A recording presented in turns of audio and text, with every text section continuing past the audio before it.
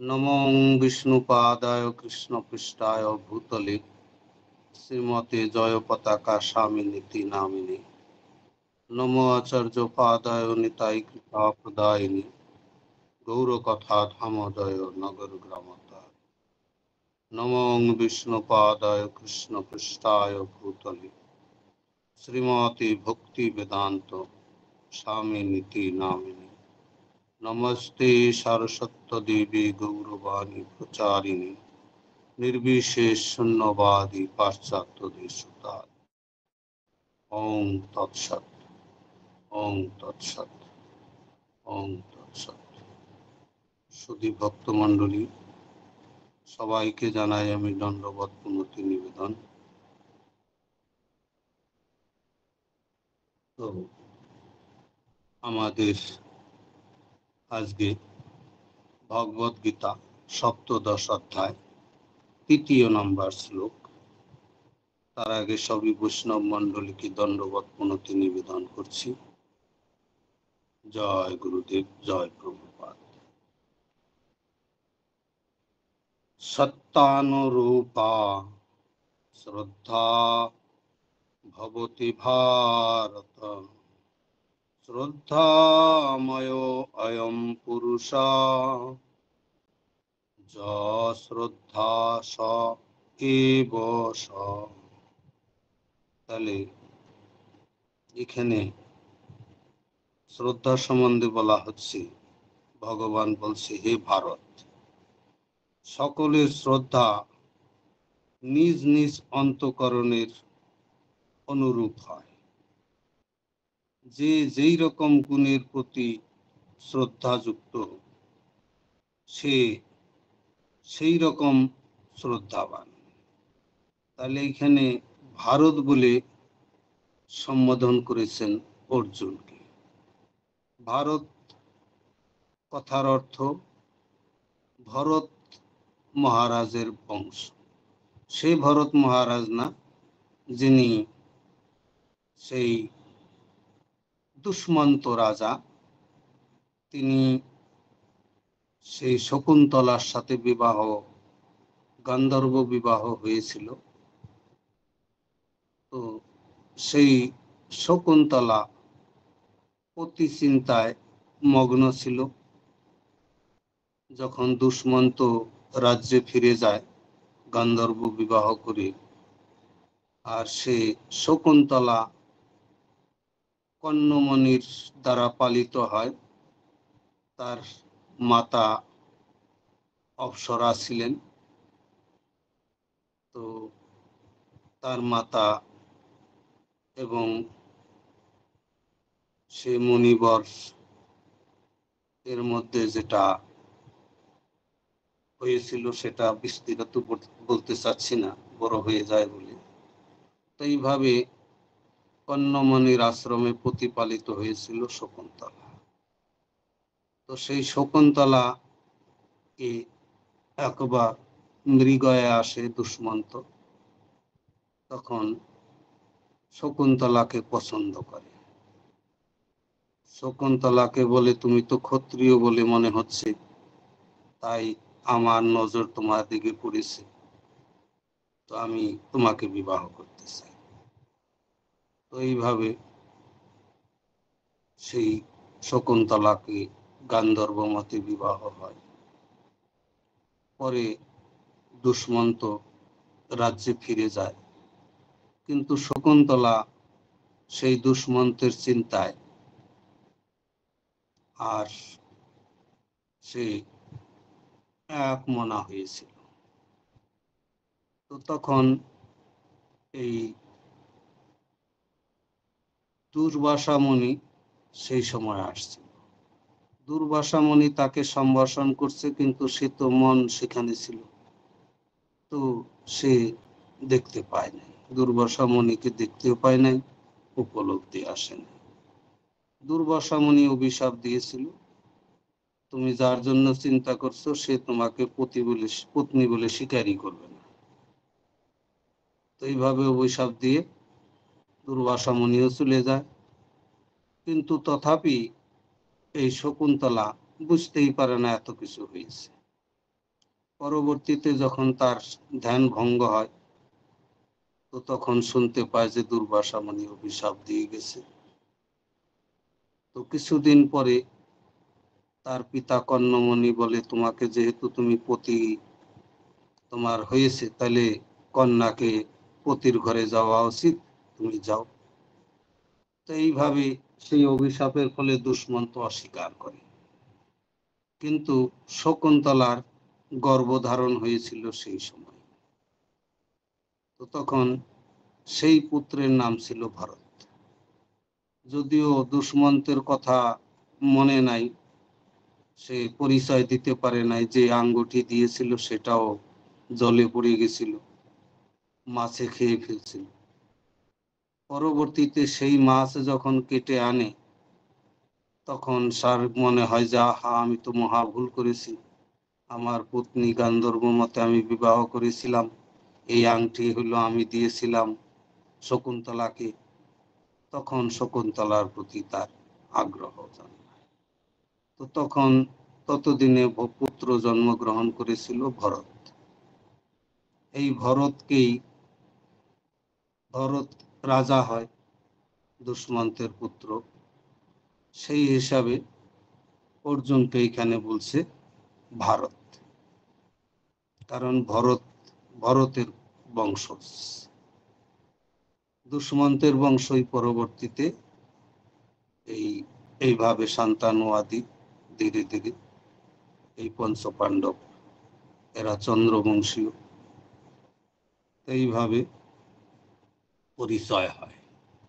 এই জন্য তাকে বলছে ভারত। সকলের শ্রদ্ধা নিজ নিজ অন্তঃকরণের অনুরূপ বলতেছে। এখানেও কথাটা তাৎপর্যপূর্ণ যে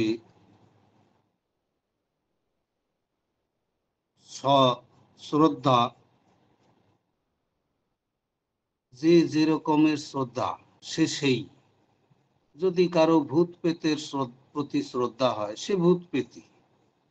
এবং কারো শ্রদ্ধা যদি দেবতাদের প্রতি হয়, তাহলে সে দেবতাদের প্রতি যখন শ্রদ্ধা হয়ে দেবতার অন্তঃকরণের সাথে বিশুদ্ধ হয়ে যায়, তখন সে দেবতাই, এটা বলতে চাচ্ছে।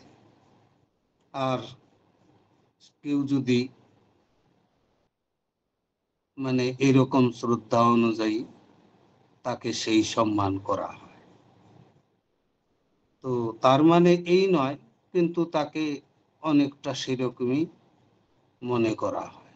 যেমন অসুরের মতো ভাবনা, তার আসরিক ভাবনা, সে অসুরই বলে।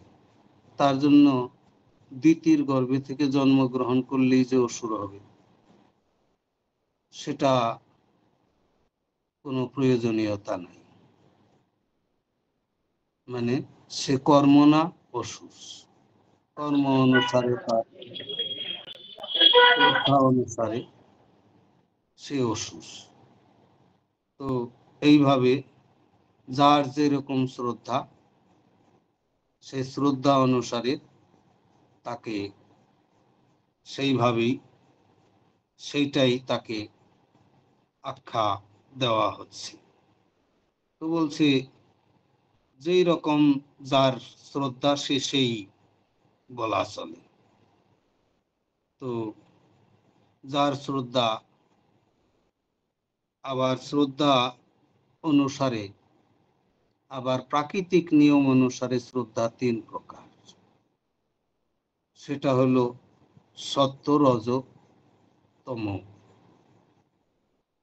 তো বিশেষ করে সাত্ত্বিক গুণ যারা, তারা স্বভাবতই দেবতাদের পূজা করে এবং তারা নিজেকে খুব সম্ভ্রান্ত, জ্ঞানী, উন্নত স্তরের মনে করে। আর যারা রাজসিক, তারা সাধারণত যক্ষ রাক্ষসদের পূজা করে। এবং যারা তামসিক, তারা ভূত প্রেতদের পূজা করে থাকে। তো এইরকম শ্রদ্ধা এটা কেউ ভজন সাধনের জন্য হয় না, এটা প্রাকৃতিক জগতের নিয়ম অনুসারেই হয়। প্রাকৃতিক নিয়ম অনুসারেই এই শ্রদ্ধার উদয় হয়। তো যার জাগতিক, এই গুণও জাগতিক, আর এই শ্রদ্ধাও জাগতিক। তো শ্রদ্ধা যে সব সময় একই থাকবে তাও না, শ্রদ্ধার পরিবর্তনও হয় কোনো কোনো সময়।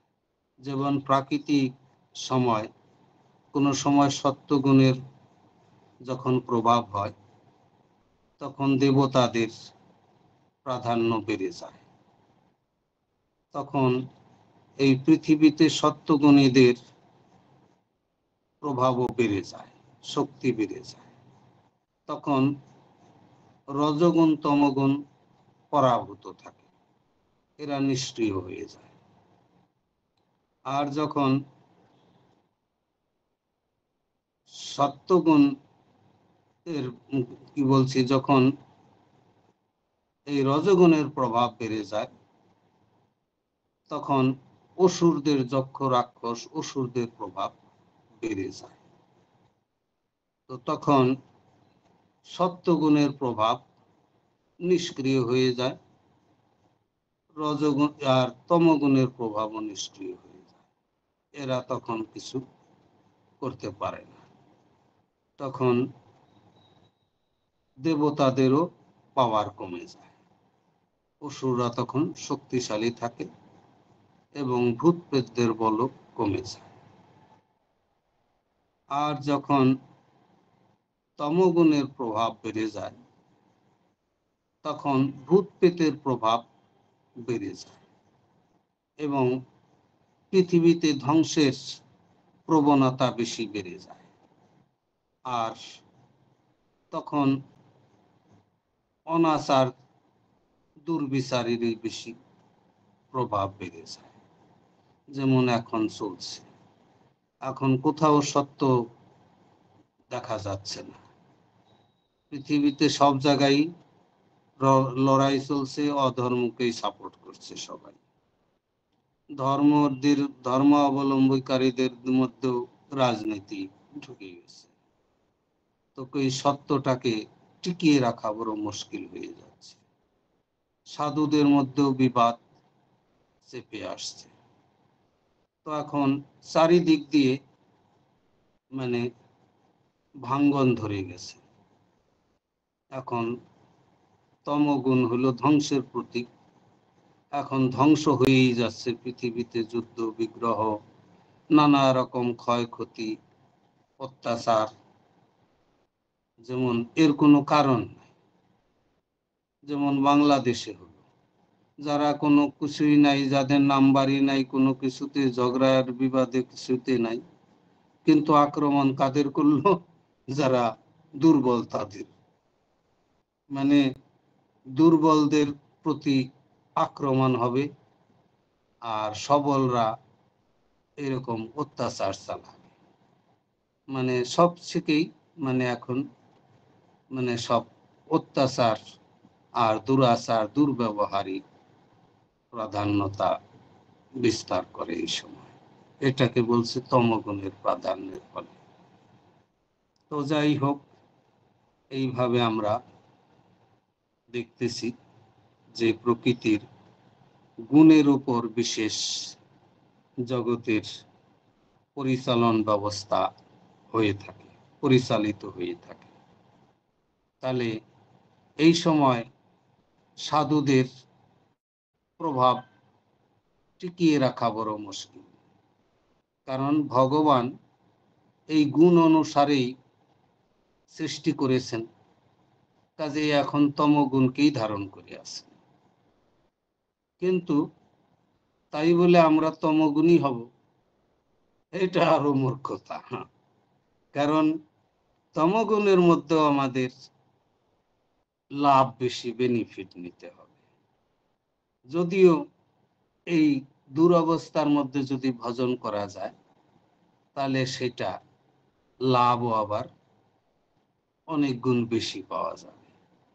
যেমন পরীক্ষায় যদি রেজাল্ট প্রশ্নপত্র খুব কঠিন হয় তাহলে পাশের হার কমে যায়, আর পাশের হার কমে গেলে তাদের চাকরি বাকরির হার বেড়ে যায়, তাদের খোঁজ বেশি হয়, যে কোনো ভাবে পাশ করলে সেই সময় তাদের চাকরির সুবিধা বেড়ে যায়।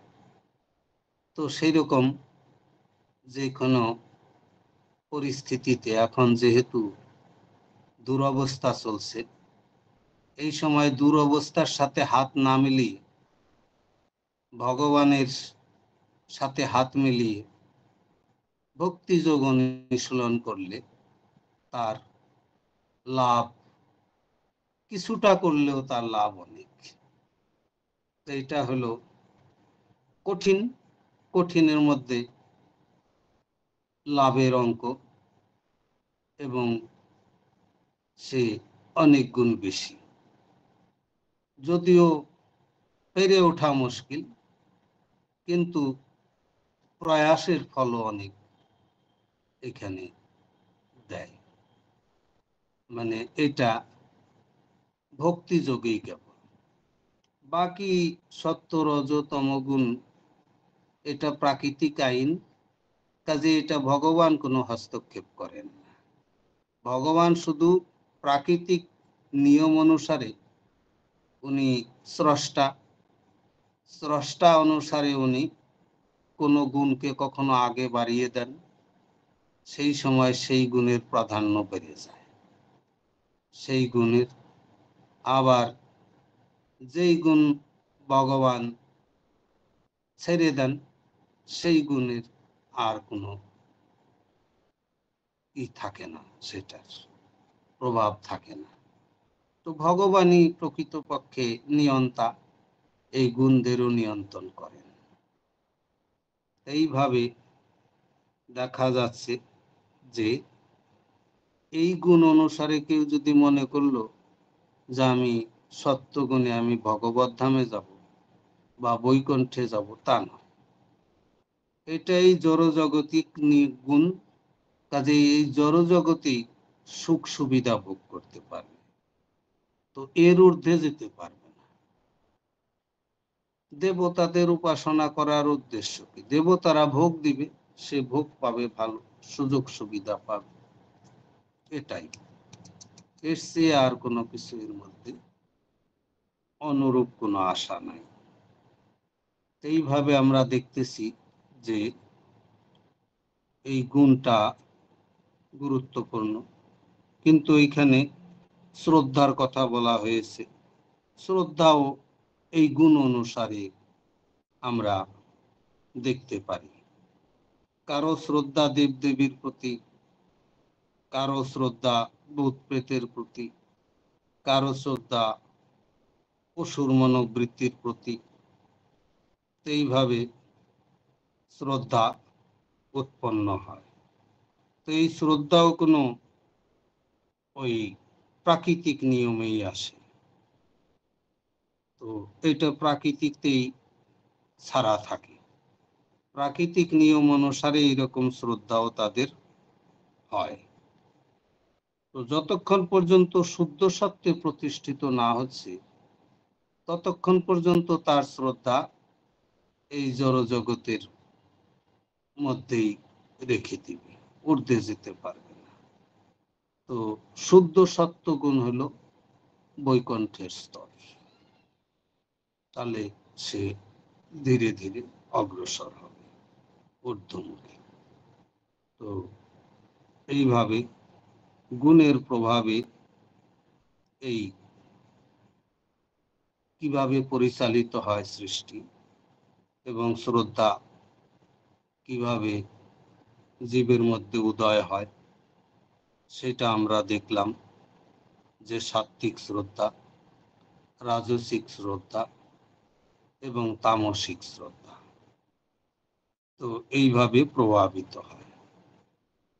তো এই শ্রদ্ধাও সে আপনা আপনি আসে না, এই যে যেরকম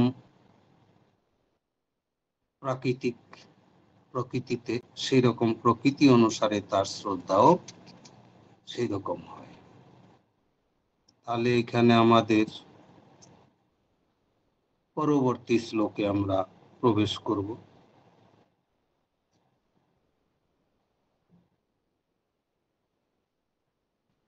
যজন্তে সাত্বিকা দেবান যক্ষ রক্ষাংসি রাজসা এতন ভূতাগণান অন্যে যজন্তি তামসা জনা। তাহলে এইখানেও বলছে যে সাত্বিক ব্যক্তিরা দেবতাদের পূজা করে, রাজসিক ব্যক্তিরা যক্ষ রাক্ষসদের পূজা করে, এবং তামসিক ব্যক্তিরা ভূত প্রেতাত্মাদের পূজা করে।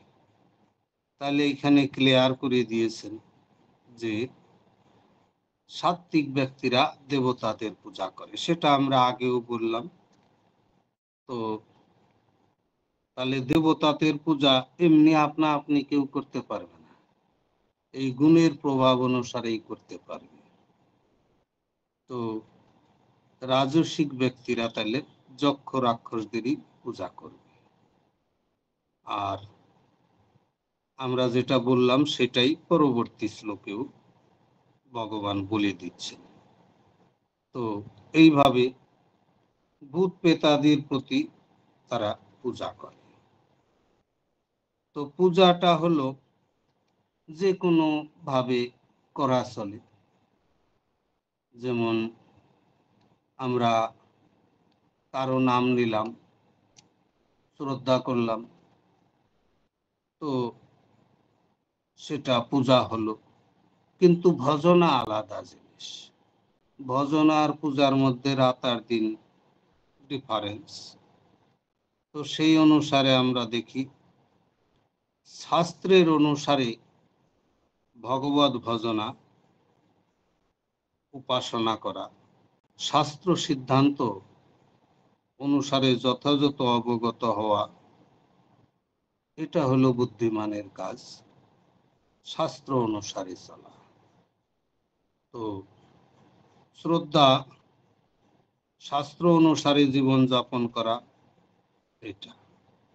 আর এই গুণ অনুসারে চলা হলো, গুণ অনুসারে তাকে গুণের প্রভাবে যেটা তার গুণ সেটাই সে করবে। তামসিক ব্যক্তি কখনো দেবতাদের পূজা করতে পারবে না, সে ভূত প্রেতদেরই পূজা করবে। আর সাত্বিক ব্যক্তি কখনোই রাক্ষস বা ভূত প্রেতের পূজা করবে না, তাকে দেবতাদের পূজাই সে করবে। তো এইভাবে কোনো পরিবর্তন হবে না, যে গুণ যার মধ্যে আছে সেই গুণ অনুসারে তার শ্রদ্ধা হবে, সেই গুণ অনুসারেই সে আগের দিকে অগ্রসর হবে। তো তাই তমগুণে আচ্ছন্ন যারা, তারা যাকে তাকে ভগবান বলেও মনে করে। তমগুণের শক্তিশালী তারা ভূত প্রেত কোনো গাছে দেখলে তখন তারা গাছের পূজা করে। দেখা যায় অনেকেই বেল গাছের পূজা করে। তো দেখা গেছে একজন, সে ইস্কনের সাধুরা উঠে 3টায়, উনিও 3টায় উঠে বেল গাছের পূজা করে, যে আমিও একদম ভগবান ভজনা করছি, বেল গাছের পূজা করলেই ভগবান পাবো। সেই রকম পূজা করতে করতে শ্রদ্ধা বেরিয়ে গেছে। আর ওই বেল গাছে এই চোরেদের বাটাবাটি চলত, ওই রাত্রিতে চুরি করত, ওই বেল গাছের ওখানে তারা ভাগাভাগি করত। তখন সেই মাতা ডেইলি বেল গাছের ঘন্টি বাজিয়ে পূজা করে, হাল্লা গুল্লা করে। তো তাতে ওদের ওই বাটাবাটিতে ডিস্টার্ব হয়ে যায়। তো তখন চোরগুলা বুদ্ধি করলো যে এর ব্যবস্থা করা লাগবে। তো বলে হ্যাঁ, এ তো ভারী বিরক্তি করছে আমাদের, চুরি করা একটা শান্তিভাবে বাটাবাটি হবে, আর এই হাল্লা করছে, আর আমাদের জায়গায় কি করে নিয়েছে, দখল করে নিয়েছে। তো চোরগুলা পরের দিন আসার আগে একটা চোর বেল গাছে উঠে বসে আছে। যেই বুড়িমা ঘন্টি বাজাচ্ছে আর পূজা করছে আনন্দের ছোটে, তো ওই চোরটা বলছে দিদিমা, না দিদিমা তো বলে নাই, আগেই বলছে এই বুড়ি, তুমি অসীম সফল লাভ করেছো, তোমার ভগবানের কৃপা হয়ে গেছে, কালকেই তুমি পুষ্পক রথ আসবে, তুমি পূজা করতে আসবা, কালকে তোমাকে পুষ্পক রথে নিয়ে যাবে ভগবত ধামে, ভগবানের ধামে চলে যাবে তুমি। তো বুড়িমা দৈববাণী মনে করেছে, আর দৈববাণী ছিল চোরের। বুড়িমা একদম আনন্দের ছুটে বাড়িতে গেছে, নাতি পুতি সবার মাথা সাপটাচ্ছে, বলছে বাবা ভালো থেকো, সুখী থেকো। বুড়িমা জানে একদিনই তো আসি, কালকেই তো আমি চলেই যাব ভগবত ধামে, আমার আর তো লাশ দেখা। তো সবাইকে আশীর্বাদ দিছে, মাথা শুকছে, থুতু দিয়ে মাথা সাপটাচ্ছে, বলছে বাবা ঝগড়াঝাটি করবা না, ভালো করে থাকবা, আর কান্না করছে। এইরকম সবার সাথেই, ছেলে বৌমাদের সাথে ওইরকম নাতি পুতি সবাইকে আশীর্বাদ করতেছে আর বলছে তোমরা বাবা কোনো সময় ঝগড়াঝাটি করবা না, শান্তিভাবে থাকবা, তোমরা যেন দীর্ঘজীবী থাকবা, ভালো করে পড়াশোনা করবা, এরকম আশীর্বাদ করছে। তো ছেলে আর বৌমা চিন্তা করছে আমার মা কি যাওয়ার সময় হলো, কি ব্যাপার, এত সবাইকে আদর করছে, আমার মনে হয় মা বেশি দিন টিকবে না। তো গ্রামের লোক সবাইকে আশীর্বাদ করে আসতেছে, সবাইকে বলতেছে তোমরা ভালোভাবে থাকবে, ঝগড়াঝাটি করবে না। হ্যাঁ, তো সবাইকে হিত উপদেশ দিচ্ছে, আর বলছে না যে আমি কালকে যাব, এটা চোরে আবার বলে দিয়েছে তুমি কিন্তু কাউকে বলবে না এই কথা, তাইলে কিন্তু তোমার পুষ্পক্রত থেমে যাবে আর আসবে না। তো কাজী বুড়িমা আসল কথা তো বলতে পারছে না, তো এইভাবে সবাইকে আশীর্বাদ দিচ্ছে। তো গ্রামের লোক সব ভিড় করেছে, দারুণ বুড়িমা তো মনে হয় যাওয়ার সময় হয়ে গেছে। পরের দিন আর ঘুম ধরে নাই রাত্রিতে, বুড়িমা একদম 2:30টার সময় উঠে গেছে। তো চোরগুলা পিছন দিক দিয়ে বুড়িমাকে বলতেছে এই বুড়িমা, তুমি এখনই পুষ্পক রথে তুমি চলে যাবে, তুমি চোখ বন্ধ করো। চোখ বন্ধ করছে, চোখ বন্ধ করো, তারপরে গামছা দিয়ে বেঁধে দিয়েছে, তোমার চোখ বেঁধে দিলাম, কেননা পুষ্পক রথে যাবে তুমি, পুষ্পক রথের পাশে তোমাকে নিয়ে যাওয়া হবে, যদি ওই সময় অনেক বাধা আসবে, তোমাকে অনেক প্রবঞ্চনা করবে, ভূত পেত আসতে পারে, তুমি ভয় পেতে পারো, তার জন্য তোমাকে চোখে বেঁধে দিলাম, তুমি এইভাবে তুমি আমার হাত ধরো। তো হাত ধরছে, তারপরে বলছে এই যে বৈতরণী গাভী, বৈতরণী গাভী তোমার লেজ ধরো এর, আর দেখো পুষ্পক রথের শব্দ পাওয়া যাচ্ছে, দেখো সেটা তুমি পাবে। বুড়িমা তো আনন্দ একদম ডগডগা, হ্যাঁ পুষ্পক রথের শব্দ শুনছি, একদম বৈতরণী গাভীর লেজও পেয়েছি, আমার আর চিন্তা নাই, এখন আমি একদম বৈকুণ্ঠে পৌঁছে যাব। তো এইভাবে চোরেরা কি করেছে, এক কুলুর বাড়িতে ঘাইনের বলদের সাথে লেজ ধরিয়ে দিয়েছে। সে লেজ ধরে বলে দিয়েছে সরি, বলো সব সময় তুমি বলবা পার করো আমাকে, হে ভগবান পার করো আমাকে, আমাকে বৈতরণী পার করে তোমার ধামে নিয়ে যাও, এইরকম করবা। আর কেউ অনেক কিছু, অনেকে হাসি খুশি অনেক রকম কথা আসবে, কোনো কথায় কান দিবা না, আর কাউকে স্পর্শ করতে দিবা না, কারণ স্পর্শ করতে দিলে তোমাকে বঞ্চনা করে তোমার সেই রাস্তা কেটে দিতে পারে বিড়ালের মতো।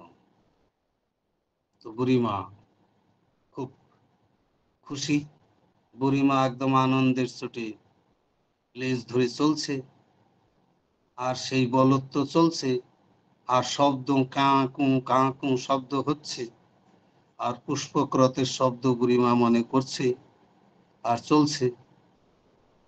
আর তখন সকাল হয়ে গেছে, সেই কলুটা এসে দেখছে আরে অমুক বাবুর মা আমার বলদের লেজ ধরে ঘুরতেছে, আর পার করো বাবা, পার করো ভগবান আমাকে, তোমার ধামে নিয়ে চলো, হ্যাঁ এরকম বলতেছে। তো তখন কুলুটা বলছে বুড়িমা এইখানে তুমি কেন? তো ওই তোরা অপশব্দ করবি না, তোরা এরকম ধোকাবাজি, তোরা ধোকাবাজ, তোরা আমাকে ফাঁকি দিবি, তোদের কথা আমি শুনবো না, তোরা আমার নষ্ট করে দিবি আমার যাত্রা, আমি সুগম যাত্রায় চলছি, কেউ বাধা দিবি না। তো তখন চিন্তা করলো কুলু, এ তো আমার কাছেই যেতে দেয় না, সব দিয়ে আগেই ধমকি দিচ্ছে।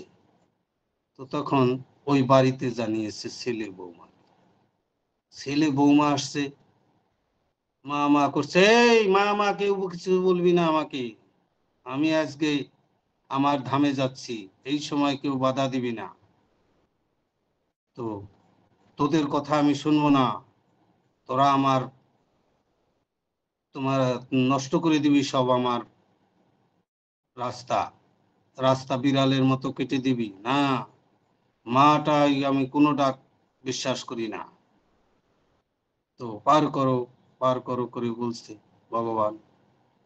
তখন সে নাতি পুতি এসে বলতেছে দিদা কি হলো? এই আমি কারো কথা আমি কানে দিব না, অনেক রকম চালাকি হবে, ভালো কাজে যাচ্ছি না, সব রকম নানা রকম সমস্যার সৃষ্টি করবে, আমি কোনো সমস্যার প্রশ্রয় দিব না, আমি নিজের ধামেই যাব। কেউ কিছু করতে পারছে না, সবাই গ্রামের লোক ভিড় হয়ে গেছে পুরো, সবাই চেষ্টা করছে কি করে যাওয়া যায়, বুড়িমার চোখের পট্টিটা খুলে দেওয়ার জন্য, এই তোরা হাত দিবি না, একদম টাইট করে ধরে রাখছে পিছনে, তোরা স্পর্শ করবি না, তোরা আমার সর্বনাশ করে দিবি। এখন পট্টিটাও খুলতে পারছে না, গামছাটাও ভালো করে বেঁধে দিয়েছে, ওইটা ওইখানে হাত দিয়ে রেখেছে। তো তারপরে সবাই একদম চুপচাপ হয়ে গেছে, কিছু বলল না। তারপরে বুড়িমা ধীরে ধীরে হাতটা সরিয়েছে, আর ওই সময় একজন বান্দরের মতো নাতি চট করে টান দিয়ে খুলে দিয়েছে, গামছাটা খুলে দেওয়ার পরে পট্টি হেঁটে গেছে। দিদা তুমি কি করছো এখানে কুলুর বলদের লেজ ধরি? তো তখন বুড়িমা তো লজ্জা পেয়ে গেছে, বুড়িমা লজ্জার চোটে মুখ নিচা।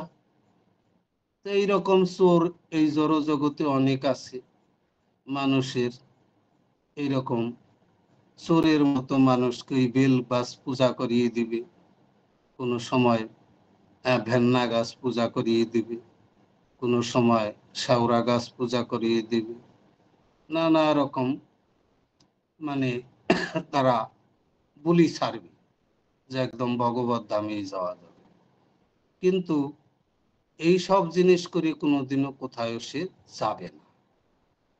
এই গুণের প্রভাবটা এই জড় জগতেরই, এই জড় জগতেই ভোগ, কখনো ভালো মন্দ ভোগ পাবে, আর এর চেয়ে বেশি ঊর্ধ্বে কোথাও যাবে না। যদি ঊর্ধ্বে যেতে হয় তাহলে সেই রকম পন্থা অবলম্বন করতে হবে। তো সেই পন্থা অনুসারে সেই পন্থা দর্শন করার জন্য মার্গদর্শনের বিভিন্ন গুরুরাও থাকে। এই জড় জগতে স্বর্গলোকে নেওয়ার জন্য যেমন বিভিন্ন লোক আছে, বিভিন্ন লোকে যাওয়ারও এক একটা করে রাস্তা আছে, সেই জন্য গুরুবর্গ আসে। আর ভগবত ধামে যাওয়ার জন্য ভগবান পাঠায়, কারণ এটা নরক ভগবানের। কাজে নরকে সব জায়গারই নৌকা থাকে, যাত্রী যেমন রেলওয়ে স্টেশনে সব জায়গায় যাওয়ার জন্যই ট্রেন আসে। বোম্বাই গেলে সেখানে ট্রেন কানেকশন আছে, কলকাতা থেকে বোম্বাইয়েরও কানেকশন আছে, দিল্লিরও আছে, বিভিন্ন জায়গায় যাওয়ার গুয়াহাটিরও আছে। কিন্তু জানে শুনে টিকিট যেমনি কাটছে সেমনি তাকে অন্বেষণ করতে হবে। এই জগতেও সেরকম ব্যবস্থা আছে, সেরকম অন্বেষণ করে রাস্তা পাবে। এই গুণের প্রভাবে একটা কিছু হবে না, সেটাই ভগবান বলছে, যে গুণের প্রভাবে যে একজন একবারে বড় কিছু হবে তা না। তো এইভাবে দেবী দেবীর উপাসনার কথাও বর্ণনা করা হয়েছে। পরিণামে এটার শ্রদ্ধাও পরিবর্তন হতে থাকে। তো কাজেই সিদ্ধান্ত হচ্ছে জড়া প্রকৃতির বিভিন্ন গুণাগুণের বৈশিষ্ট্য গুণাতীত ব্যক্তির সান্নিধ্যের মাধ্যমে পরিশুদ্ধ হতে পারে। তাহলে এখানে ক্লিয়ার কথা বলে দিল যে যারা এই গুণের অতীত, যারা এই গুণকে অতিক্রম করেছে তাদের সঙ্গ, তার মানে কি সাধু। আপনি তো গুণ থেকে অতিক্রম করতে কেউ পারবে না। যদি কেউ মনে করে যে আজকে ঘুমিয়ে থাকি, সকালবেলা আমি মনে করব যে সকালবেলা আমি জার্মানে মনে করব জার্মানি পৌঁছিয়ে গেছি, তো যেখানে ঘুমাইছে সেখানেই সে থাকবে, ওই জার্মানে পৌঁছাবে না। জার্মানে পৌঁছানোর জন্য তার ব্যবস্থা, টিকিট কাটতে হবে, ভিসা পাসপোর্ট বানাতে হবে, তারপরে সে জার্মানের জন্য জার্নি করতে হবে। জার্নি করার পরে তার শরীরের সাথে ডকুমেন্ট যাবে, আগে ডকুমেন্ট দেখবে, সে কি করে, কিসের যোগ্যতা আছে, সেই অনুযায়ী সে কাজও পেতে পারে। সেটা সবকিছু কাগজপত্র আগের সবকিছু রেডি, যোগ্যতা আগে রেডি করতে হবে, যোগ্যতা অনুসারে সে যাবে। তো তেমনি এই দেহ, এই জড়জগতে কর্ম অনুসারে কিছু রেকর্ড বনে, ডকুমেন্ট। ডকুমেন্ট অনুসারে যদি সে স্বর্গলোকে যাওয়ার ডকুমেন্ট তার থাকে, তাহলে সে স্বর্গলোকে যেতে পারবে। আদারওয়াইজ তাকে এই গুণের প্রভাবে এখানেই থাকতে হবে। গুণ নিয়ে যাবে না, গুণ তো এই জড়জগতে, এই জড়জগতেই বিভিন্ন সুখ সুবিধা ভোগ করার জন্য এটা। এই শ্রদ্ধা ঊর্ধ্বগতিতে নিয়ে যাবে না, কারণ গুণাতীত স্তরে নিয়ে যাবে না।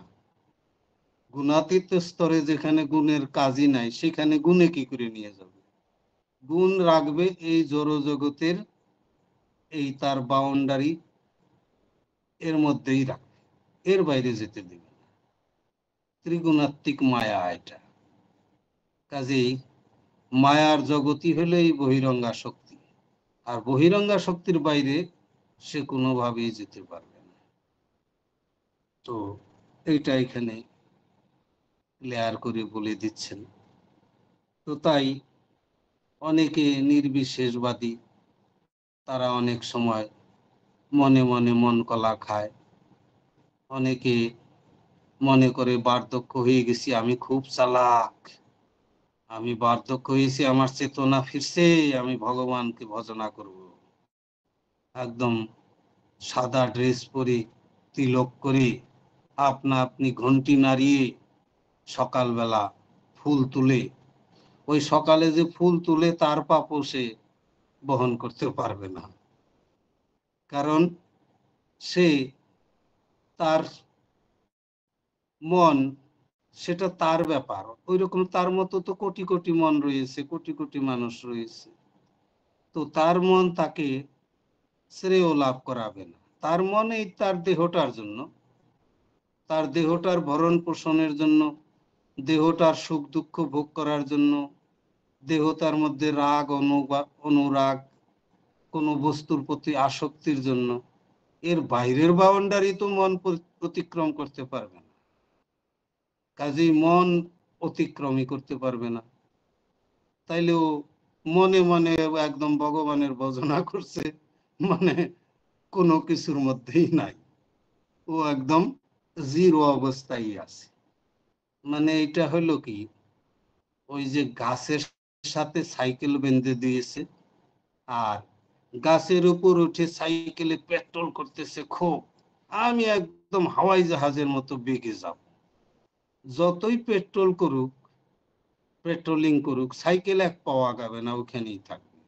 পরিশ্রম হবে, গাছের ওখানেই থাকবে, পেট্রোল ঘুরবে, কিন্তু সাইকেল আগে বাড়বে না। তো তেমনি এই সত্য রজতম গুণ হলো ওনার ক্রিয়ার মধ্যে আছে, এখানে বাধা আছে, ওইটা জড় জগতের গুণ। তো এই গুণের মধ্যে থেকে এই গুণাতীত স্তরে কেমনি যাবে?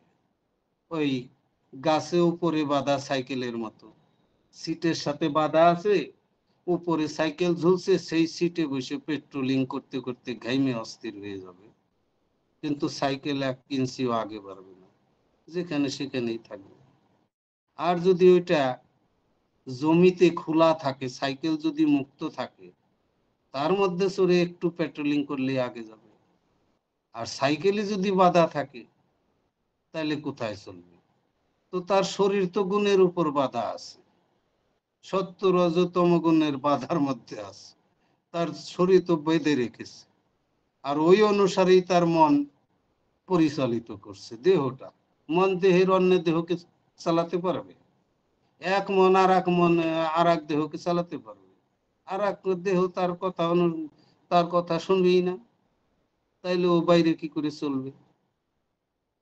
তো এইভাবে মানুষ কলিযুগে বিভ্রান্তি পথে যায়, আর নিজেদের খুব স্ট্যান্ডার্ড মনে করে। তারা দেখবেন কিছু ছুঁয়ে দিলে বলবে, আর লোকটার আক্কেল নাই, আমি স্নান দান করে আসছি, আর স্নান নাই দান নাই, আমার এখান দিয়ে গেল, তার ছায়াটা পড়লো, অশুচি হয়ে গেল, আবার যে স্নান করবে, আবার সব জিনিস ধুবে। এরকম ধোয়া ধুই করতে করতে, ছাপাছাপি করতে করতে তার দিন চলে যাবে, জীবন চলে যাবে, বার্ধক্য হয়ে মরে যাবে, কিন্তু তার শুদ্ধতা, তার কর্মফল এখানেই এক পাও আগাবে না। তার রেজাল্ট ওই ফাঁকা খাতায় জিরোই থেকে যাবে।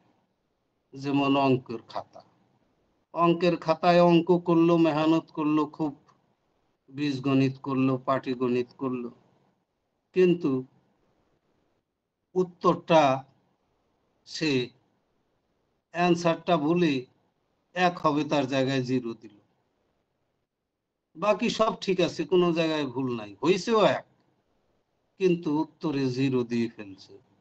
ওই অঙ্ক কাটাই দিবে, 0ই দিবে। এখন কি জানি না, এখনকার নিয়ম হয়তো কিছু দিতে পারে।